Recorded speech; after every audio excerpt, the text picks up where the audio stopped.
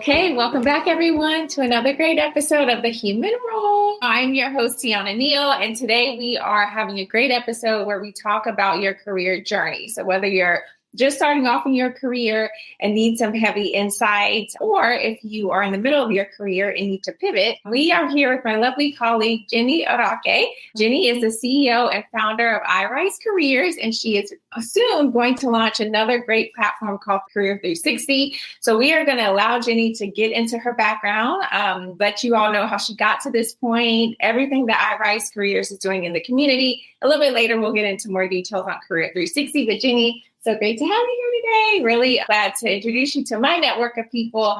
And please have the floor and just let us know your background and how you've landed your place here at iRise.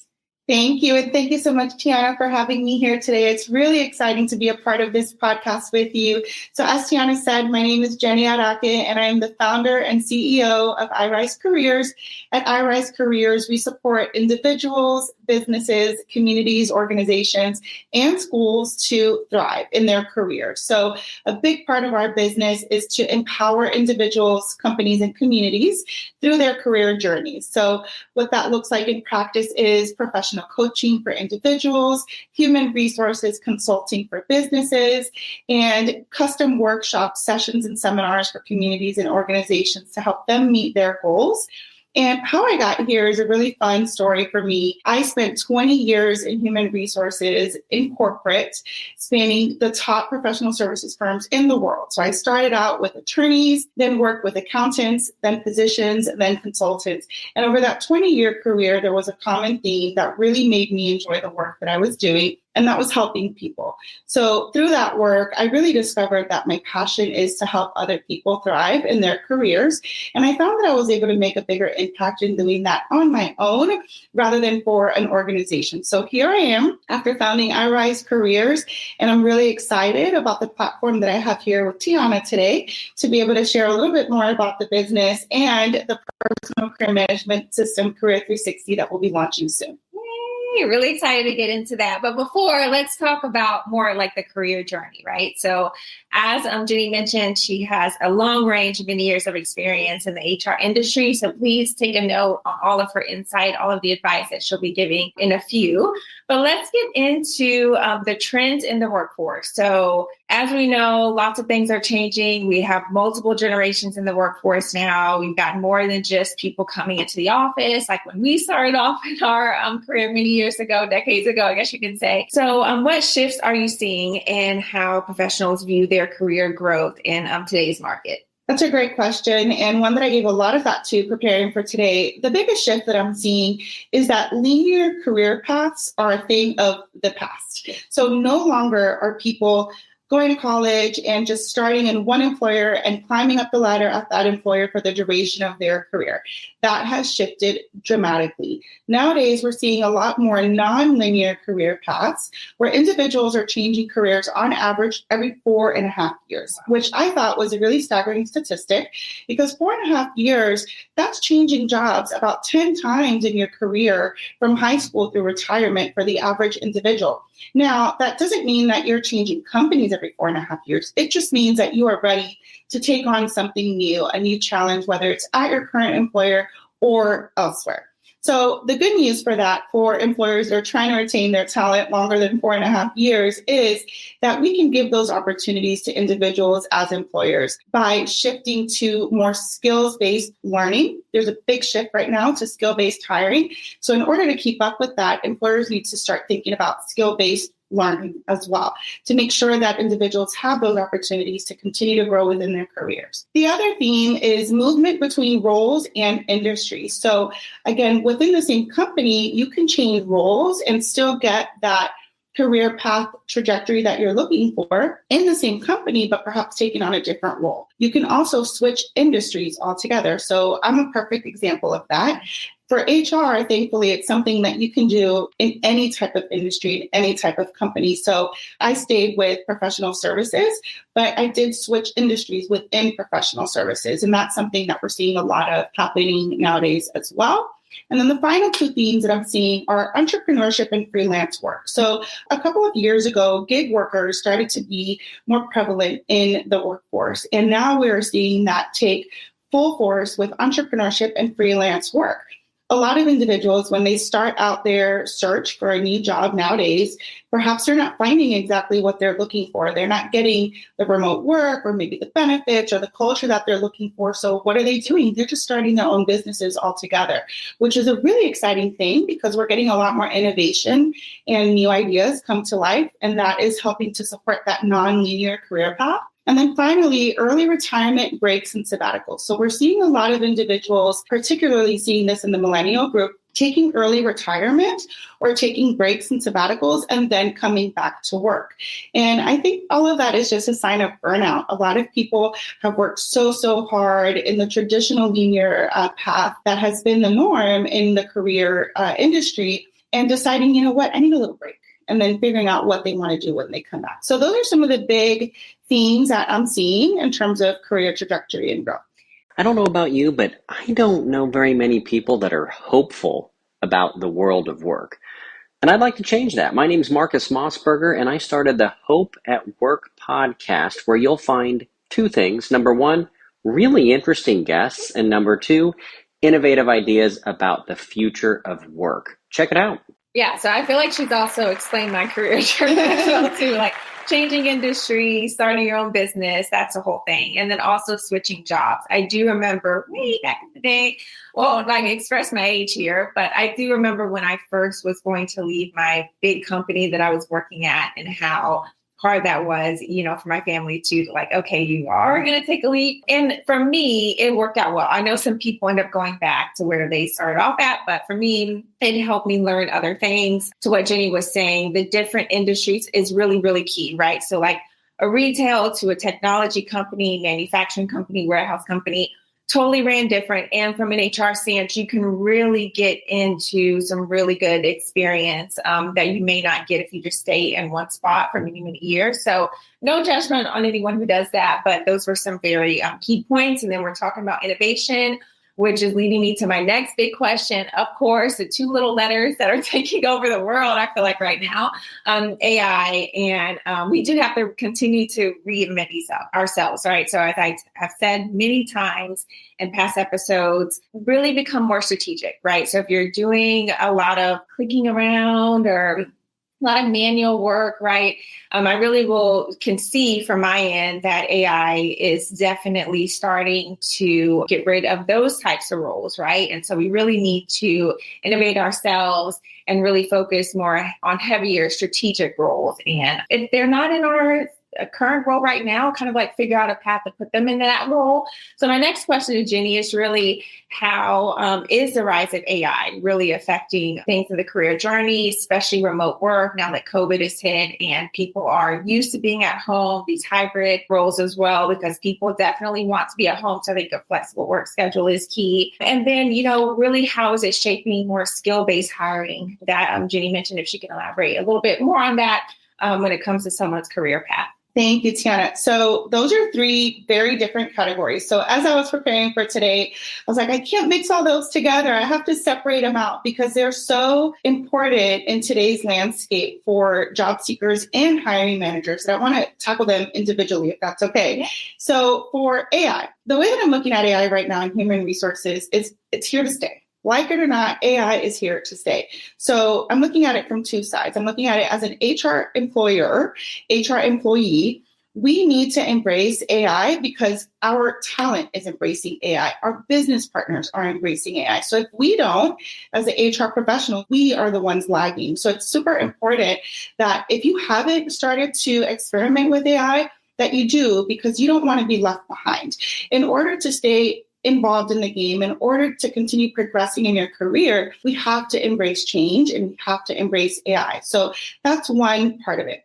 The other part of it is don't be scared of it because it's here. So we might as well learn to embrace it and work smarter, not harder. My experience with AI at first was, I'm not sure. I don't know what to use it for. And, kind of feeling just uneasy and scared until I using it. And now I use AI for everything. I mean, absolutely everything. And it's not to do our job for us. It is to help us do our job better. So I think it's a huge advantage for those of us that do embrace AI to be just ahead of the curve a bit in comparison to those that maybe are not. And as HR professionals, understanding that your employees are using AI as well, and they are learning how to navigate this world. So we need to be able to support them in that journey as well. And we can't do that if we don't know how to use it ourselves. So that's my comment on AI. Remote work. Remote work right now, it's kind of one of those taboo terms, I feel like, because you're either really for remote work or you're really against it. And it can be very divisive depending on what room you're in. What I will say about remote work as it relates to career journeys is both sides, employers and employees, really just need to think about, is it a nice to have or is it a must have? Because for individuals, if it's a must have for them, they will find alternate employment arrangements and they will find another way to get their end goal of landing a job if it's a must have for them. Same thing for employers. I'm seeing this on the hiring side of the house. Employers sometimes are missing out on incredible talent because they don't want to embrace remote work. They want someone that is in a specific city, can go to the office every day. And it's costing them the best talent for the job or costing them having to relocate people with the risk of those people leaving. So remote work right now, it's really a big hot topic in the world of the career journey because you either really need it and you want it or you don't and you're really against it. So it's really just kind of finding a happy medium. Another taboo term, I think nowadays is DEI, but it's really relevant when we talk about remote work because a lot of people that are either caregivers or have limited means of getting to and from certain locations are diverse individuals, and we are limiting those opportunities for those diverse individuals by not considering remote work. So that's just my spiel on remote work and just the importance of understanding, is it a must-have or a nice-to-have on both sides of the house? And then finally, skill-based hiring. This one I think is the most interesting one that you pitched to me, Tiana, and I'm excited to talk about it. It's because skill-based hiring is here and companies are not ready for it. Companies are not, yes, they are not ready for it. And the reason I say that is because we are embracing AI on the company side for hiring, and we haven't necessarily set up our processes and our systems to support what that means. Then on top of that, you're layering in this concept of skill-based hiring when companies still haven't even really fully caught up to AI in their hiring practices. So how do we solve this problem? How does everybody get on the same page with skill-based hiring? In my opinion, I think it's really what leads to what we're going to talk about here in a second with Career360 is understanding that the world of resumes in the future is going to disappear. It's starting to happen now because people are using AI and everybody looks exactly the same on paper when they go through the applicant tracking systems. So how can we differentiate candidates? It's through their skills and through the whole person, not just their resume. So skill-based hiring, I think, is one of those things that to get it right, employers really need to get their processes and systems set up properly for efficient and effective hiring and control the skill-based hiring as part of that process, not have it be something that's extra or added or an experiment. It's really something that needs to start getting integrated very quickly so that you can also have the best hiring outcomes and not get caught in this pool of thousands of applicants that you can't differentiate. Yes. Ding, ding, ding. All three she nailed. So let's start off with AI first. She took the words out of my mouth. AI is here to stay, people. We cannot run from it. I as well have the same experience as Jenny. At first, I could not stand it. I was like, no. And then, had to get on board. So if you're not there yet, you're definitely behind. That was me a couple years ago. So definitely get caught up to speed, work smarter, not harder. And AI definitely is helping us get to that point. And so if you have not tried it, just try it out. You will be fascinated at how quickly you'll get responses. And a lot of times it's just me kind of dumping in, hey, these are my ideas. I think I'm on the right path here. Am I correct? And it'll say yay or nay, give you some other suggestions. So it's a great tool. Keyword tool kind of helps HR people feel that way. Remote work. It is one thing where I just feel like we have all gotten used to it, right? We had no choice during COVID. I was in shock back in 2020 when I got to see that, I can actually do my job, at home. Although there were some things that I needed to go into office for, but we worked around it during that time. And Jenny is correct. There are just some people still in the workforce that are totally against remote work. And usually when I run into companies like that, I have a hard time with how to massage the conversation because you don't want to miss out on great talent, right? Just because, one person doesn't want to agree to 1 or 2 days at home. That can be a game changer and could be very helpful for people who really need it for very specific reasons.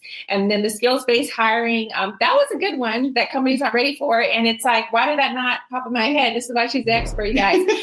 Because literally that is true, right? We do have certain people in the seat at no fault to them that aren't trained on these different type of skills, right? And so instead of fighting someone when they're coming in, presenting these skills, it's better to embrace it. Otherwise, you're going to get so far behind. And the next thing you know, you're going to be trying to catch up years later. So very good points by Jenny. So glad that she was able to give her insight here because it resonates with me very well. I know with you all, it definitely will resonate as well. So let's take those key points, kind of get on board. And now I'm going to ask her for some even more advice. So for anyone out there that is struggling and very unsure on just where to start their career journey, or you're in your career journey, but you're not really sure what the next steps are, what would you say would be some good advice for someone who's kind of struggling at the moment? Yes. And this is probably my favorite topic when it comes to HR, and it's strategy. So strategy can be a scary word to some people because as HR professionals, we're used to hearing strategy on the business side.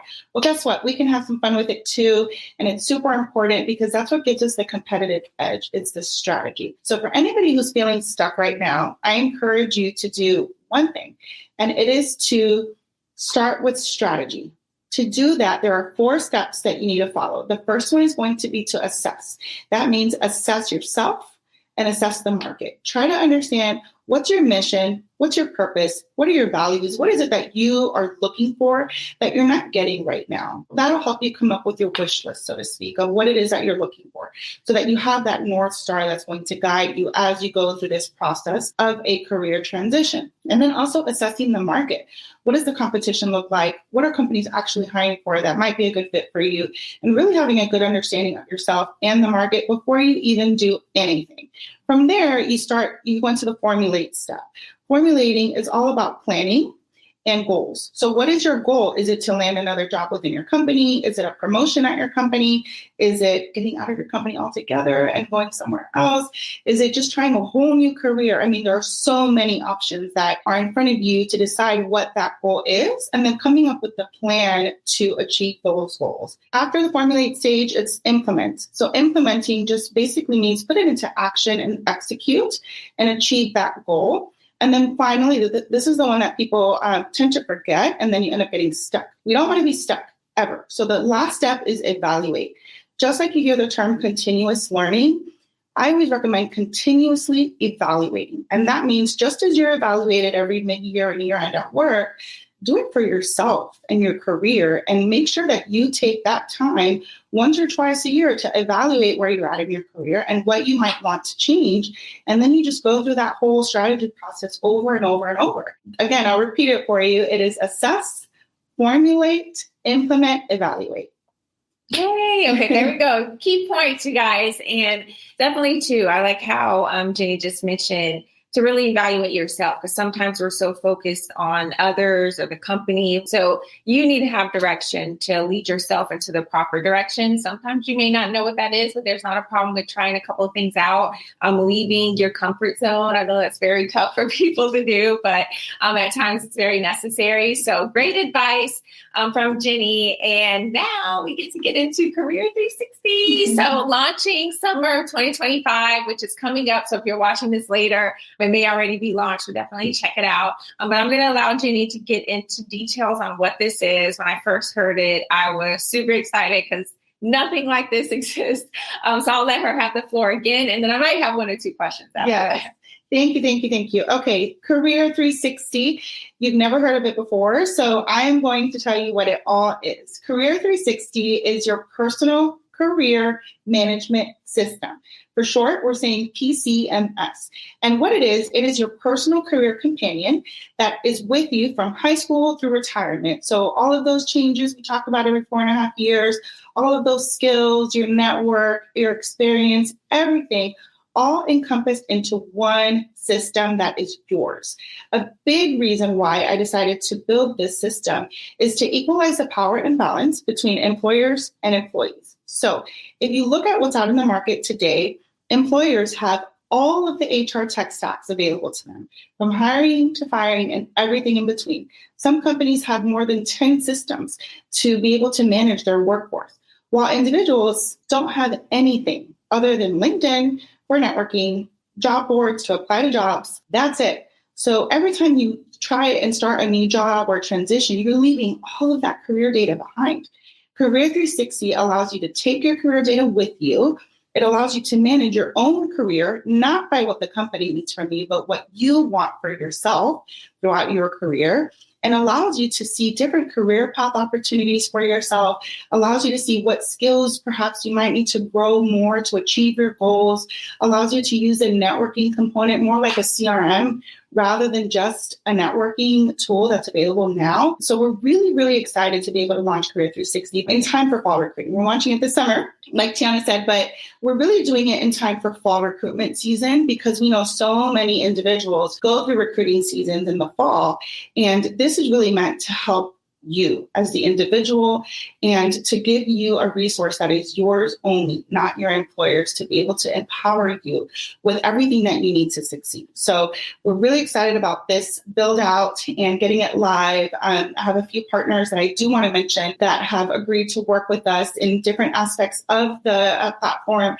The first one is the National Association of Colleges and Employers. So Sean Vanderzeel, thank you so much for allowing us to incorporate the core competencies from NACE into Career360. That is going to help tremendously for those that are going from college to career, which is a huge population every year. The next partner is Velocity Network. So Atan, thank you so much for partnering with us. And what that will do is allow for individuals to have verifiable credentials. So think about your transcripts, your degrees, all of those things that you continuously need to have for any new role. It can now be part of your Career360 profile. Lastly, we have a partnership with Yellow, where Yellow is going to be working with us as well to be able to integrate into more of a CRM function for networking and recruitment events. And that's just the start. So we're really looking forward to seeing where this is going to go, how it will grow and develop as you all start to use it, and really seeing what this does for the individual side of the house. Yay! Super exciting. And I was telling Jenny too, when she first mentioned it, it's like, geez, like, I wish I would have had this many years ago, right? Because sometimes when you're younger, you just don't even know where to begin to network. I did not even realize how critical networking was until some years ago. So it's great that there's going to be a platform that is going to already kind of have that built in.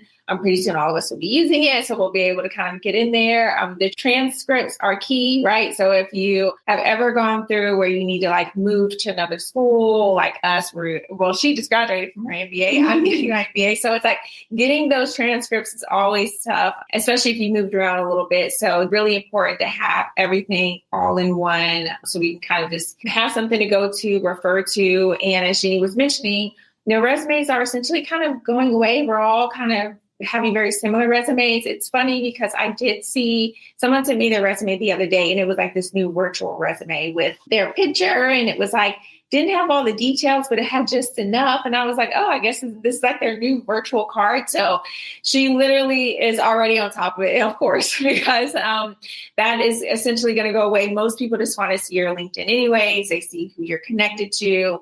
I've gotten roles because people have reached out to mutual connections before they've ever really even engaged with me. That's all going to be critical. It's going to be really important for your future. And I am just so excited to see when this launches. So glad to be able to at least help with the launch initially. She already had some really great vendors, and we got more to come. So really thankful to have you here, Jenny, and to talk about not only iRise Careers, but also the upcoming Career360. So we'll make sure to keep an eye out on that, share that on all our pages. And if you guys have any questions, feel free to connect with Jenny directly, send her messages. I'm sure she'd be more than happy to help. Yes, I would love that. And thank you again so much, Tiana, for having me. All righty. So we will be back with I'll be back at least with another great episode in a couple of weeks. Please check out Jenny, follow her, like, comment, and subscribe. We'll see you in a few weeks. Bye.